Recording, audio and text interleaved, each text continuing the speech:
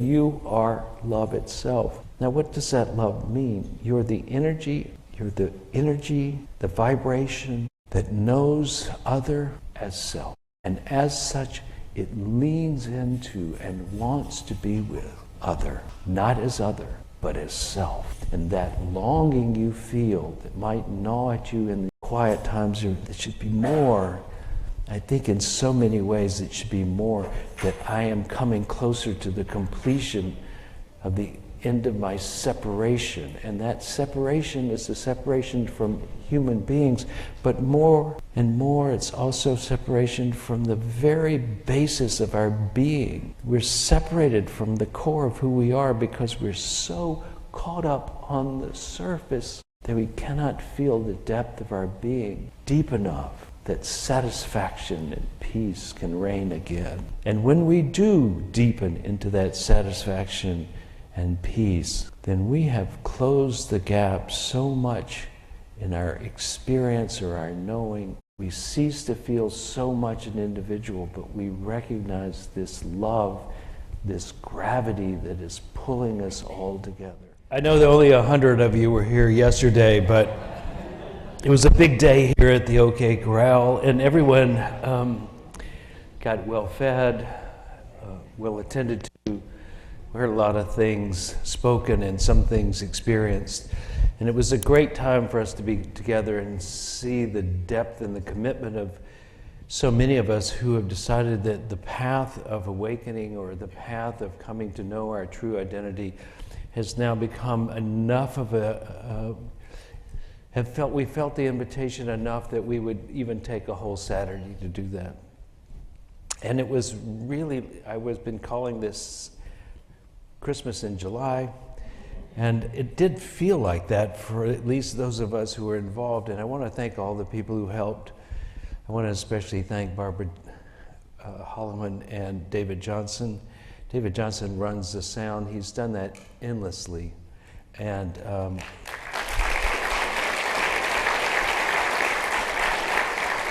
And for those of you who want to volunteer, Barbara Holloman has been helping organize volunteering for, 10 years. And I think one of the things that has allowed us to break even most years is that we have 2 unpaid staff that work very, very hard for us. So please thank them once in a while.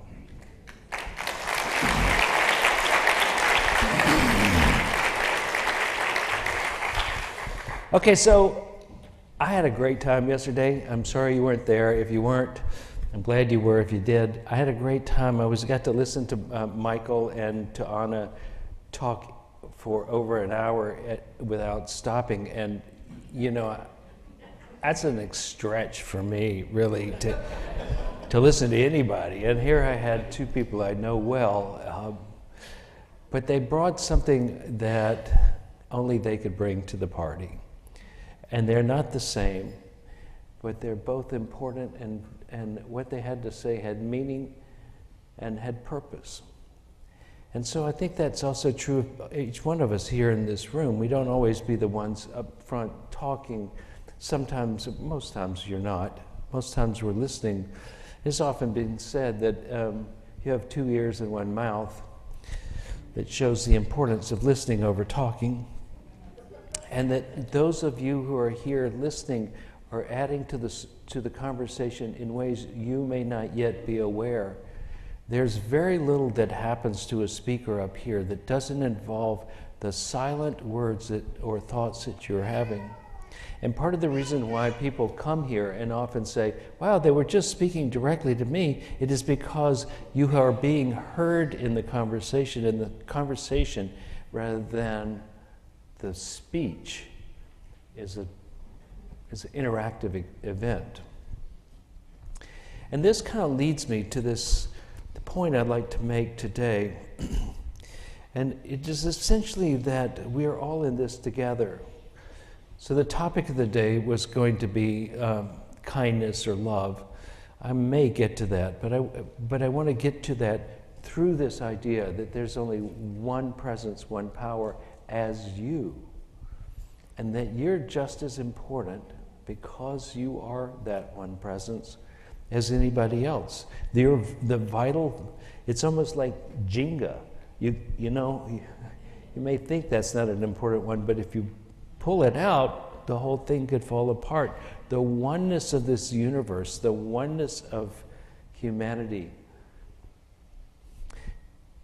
is so fundamental, despite the way appearances are, so fundamental that every person, every being is important because it is the whole. And that may take a while to sink in, but I believe it's true. One of the things I've been asked to do several times, and I have refused, is to really speak about political situations or what's happening in Gaza. I'd like to do a little bit of daring work on that today. One of the things that happened to me last night after that big event was I was as close to brain dead as a person can be and still know how to speak. And I watched a Netflix show called The Penguin Lessons. And in this story, which is the first time I'd seen it on Netflix, in this story, this British man was teaching English in Argentina in 1976. And what was happening in 1976 in Argentina was a coup.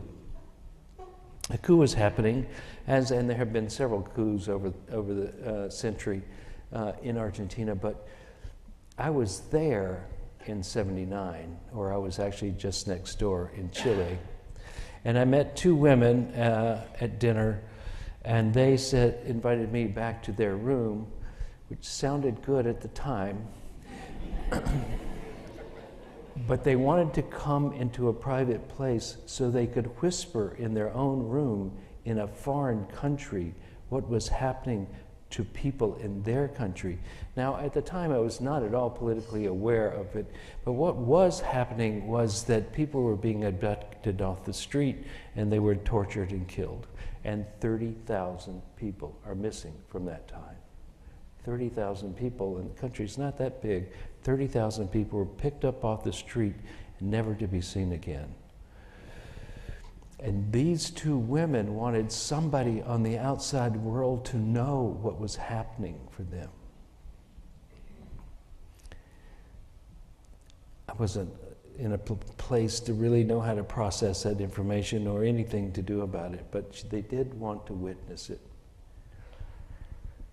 And I think one of the things that's true about all of us is that when we witness things like people disappearing off the street, is when we stop and become still, and that event is happening, you cannot be untouched by it. And the reason you can't be untouched by it because they are you, and we are they. And so what's happening in the world so far away, or to some people that are not in your group, they're happening to us. That classic line, ask not for whom the bell tolls, it tolls for you are a piece of the continent, and nothing, no part can fall off without diminishing the whole. We are like that. We are really just one. The eyes and the ears, which have been conditioned to see yourself as separate, may not hear it as the same or see it the same, but the heart remembers. And because the heart remembers, we will feel it at some point. More importantly, let this tragedy of suffering by others remind us of that universal thing we have a word for called love, is almost the same as gravity. It doesn't have to have an object, it just is. And when anything is an object and it has its own gravity, it is attracted to everything else that has gravity. And it may seem like this pull toward one another is impersonal. But I think if you were a planet or you knew the world as gravity, you would see it as longing. Longing for reunification, longing for that connection, longing to come back to the oneness. And if we were to take this example and expand it back to the beginning of the Big Bang, there have been two forces going on the whole time. There have been the forces of gravity that wants to reunite, and there have been the forces of expansion, which we don't really yet understand, all of them. The forces of expansion, which has been pushing us apart. But I think that is true in humanity as well. There's been the forces of becoming yourself, becoming individuated, of being a single completion of your potential as a human being. And in so doing, so many times it has been a pushing out. And one of the things that's happened in the United States since 1950 is that we have been pushing out and becoming more separated. Unfortunately, instead of about individuation, most of the time that has been because we've had more screens to watch. We started watching TV in the 50s. It accelerated with computers, and then when cell phones hit, oh my gosh. Now we stay in this separate world, and the forces pushing us out are going, and it's not that we're becoming more ourselves, we may be less, but we are being pushed out from each other.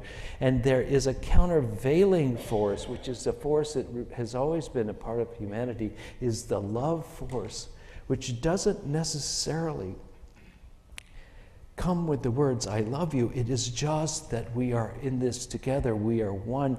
We are wanting closeness and connection. That's on a personal level, but on a human level, we want to organize. We want to bring harmony. We want to bring peace into the world. And we have countervailing energies going in opposite directions.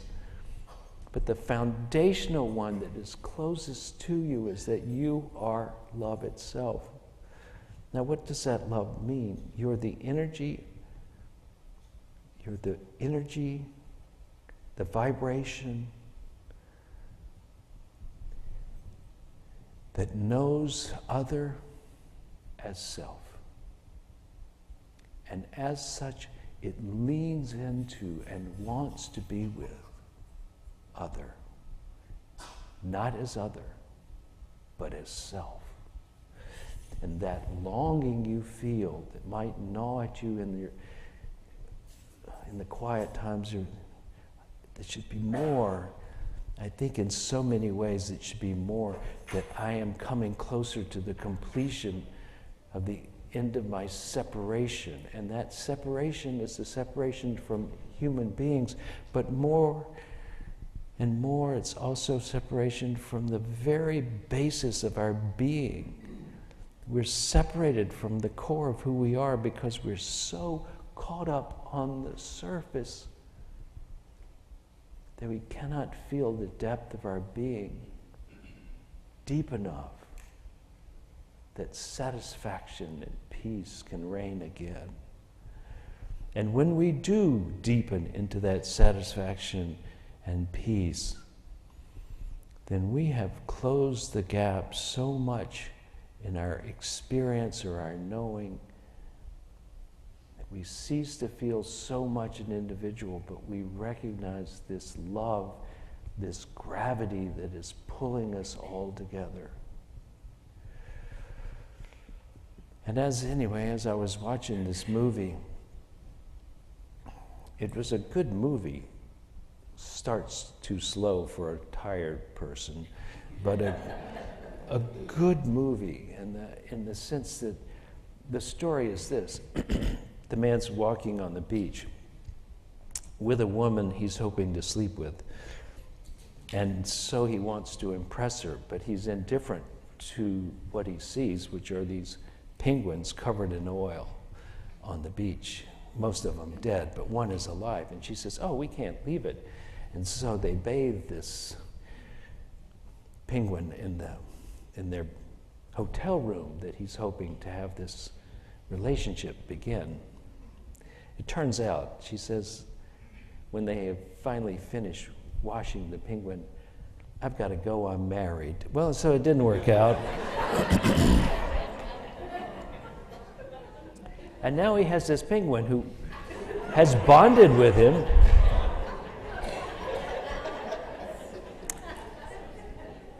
And he tries to throw it back into the sea, and it just says wherever he goes, this penguin follows him. And so he's a school teacher on holiday, and he ends up having to get back into Argentina with a penguin in a bag. It's an interesting, humorous part, but the real poignant part comes when he can't get rid of this penguin, and he ends up trying to take care of it, and it begins to take care of him because it listens to his longing and his dissatisfaction.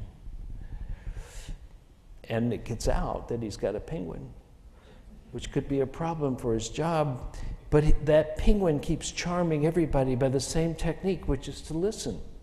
Well, you know, penguins don't talk all that much, right? So he's really working on the two instead of the one, and he's having this effect on the whole community. The kids love this penguin. And they love the penguin, and they take it to art class, and they paint, they draw the penguin, and they take it to English class, and it motivates them to actually listen to this English teacher who's had a very hard time getting their attention because he was boring. And so now with the penguin, he's somebody. It's a beautiful story. Eventually one of the tragic things that happens in the movie is that the cleaner of the room's daughter is abducted, like 30,000 or more were, and disappears.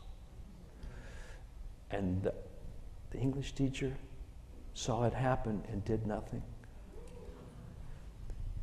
There were like 5 guys picking up this one girl. The odds are they would have just put him with her in the car and driven away to oblivion. So on a practical basis, why would you do that? But he gets to know the mother well enough to have dinner with them and to reveal that his daughter had died in a car wreck. And so he realizes just what it's like to feel your child taken away, either by the police or by a drunk driver. And this deepens his transformation because he's now pulled out of cynicism, first by the penguin and now by this family. And he actually invites being arrested by seeing one of the men who arrested her at a cafe. And so he walks up with his penguin and starts a conversation with the daughter of the arresting man. And he says, I think I know you. As a matter of fact, I know you. You arrested this beautiful girl. I would like you to give her back. And the man says, you should get out of here. Which he does, but the movie ends after she comes back.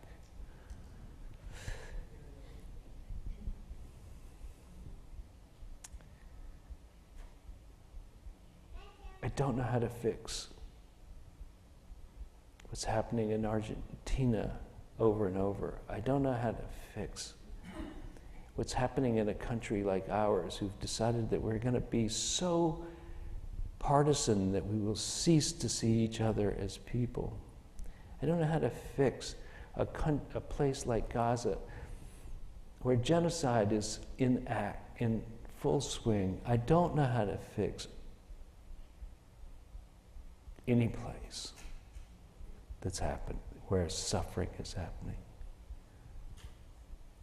I only know how to invite you to awaken to the true self within you, which knows no separation, that is compassionate, that has the ability to look at someone as that you once saw as other and see self. And it is my hope that this little hub of dedicated people who've decided to go beyond their smallness and awaken to their true nature, that this will be a hub where other people will come and go, holy, or meet you on the street, or maybe you'll just be that penguin in the crowd that changes people just by listening. I don't know. But this is not an apolitical, disinterested process we're doing here. It is part of the whole. To awaken to who you really are is not a selfish thing, though it is selfish in the best of ways, because you're looking for the self, for the capital S. It's not something that has no impact on the world around it, because even a penguin who has an open heart and ears to hear can change a community. What more could you do if you were awake to who you are, with your heart open? So we don't carry guns here, and we don't carry political banners, and we don't organize from this pulpit how to walk on the street. But if you want to do any of those from a place of love, do it. But please don't do it as a reaction, as a simple, I hate this, I'm going to do something. Unfold yourself into the life you're living in such a way that you reveal who you really are. And it may be active, or I don't know what it will be. But the world is suffering. Wouldn't it be great if there was a place where the suffering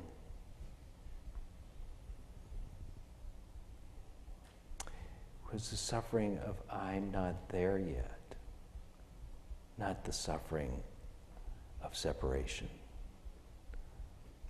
That we're moving toward the solution by being rather than doing. I was looking for a passage in the Bible that would tell me what to say today. And this is what came. I'll read it to you.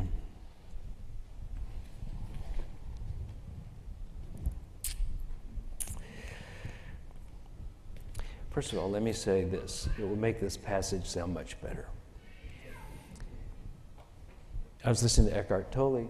Eckhart Tolle was saying, when Jesus is always talking about the kingdom of heaven, what he is, Eckhart Tolle says, he is really talking about is a dimension, the kingdom, as a dimension rather than a place, or rather than an organization. A dimension, the kingdom of heaven, would be a dimension of heaven, meaning the most obvious thing that could be spacious and inclusive and clear. That kingdom of heaven is a spacious place, the spaciousness, the kingdom of spaciousness. So let me read that. Here's another illustration that Jesus used. The kingdom of heaven is like a mustard seed planted in a field. It is the smallest of seeds, but it becomes the largest of garden plants and grows into a tree where the birds can come and find shelter in its branches. And the second one is this. Jesus also used this illustration. The kingdom of heaven is like yeast used by a woman making bread. And even though she used a large amount of flour, the yeast permeated every part of the dough. When you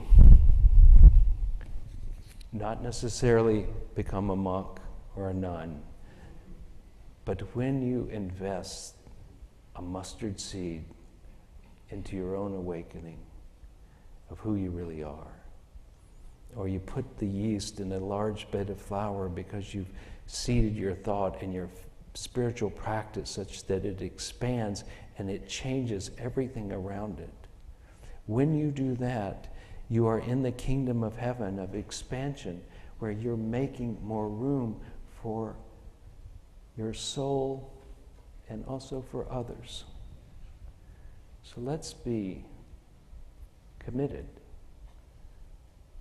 to changing the world one soul at a time, our own. And so it is. Let us pray.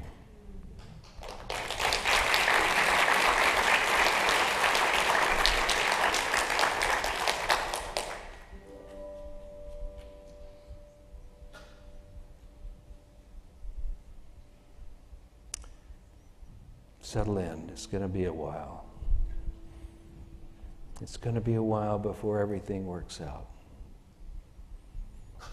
Martin Luther King said, the long arc of history bends towards justice.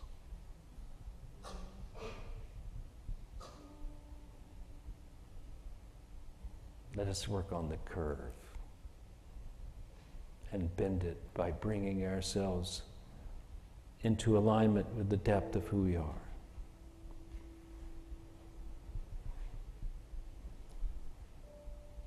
Let us let the longing that is in us inspire us to move our minds and our activities toward expressing the one presence as ourselves. And may we, like a good penguin, listen with our hearts open. May we demonstrate kindness rather than beg for change alone. May we awaken so clearly that the other is us as well. May we treat each one with kindness, just as the Good Samaritan did. That when our chance comes, we take it. That when our chance comes, we be it. For we are one with the one, and always have been. And so it is. Amen. I hope you got something out of today's service.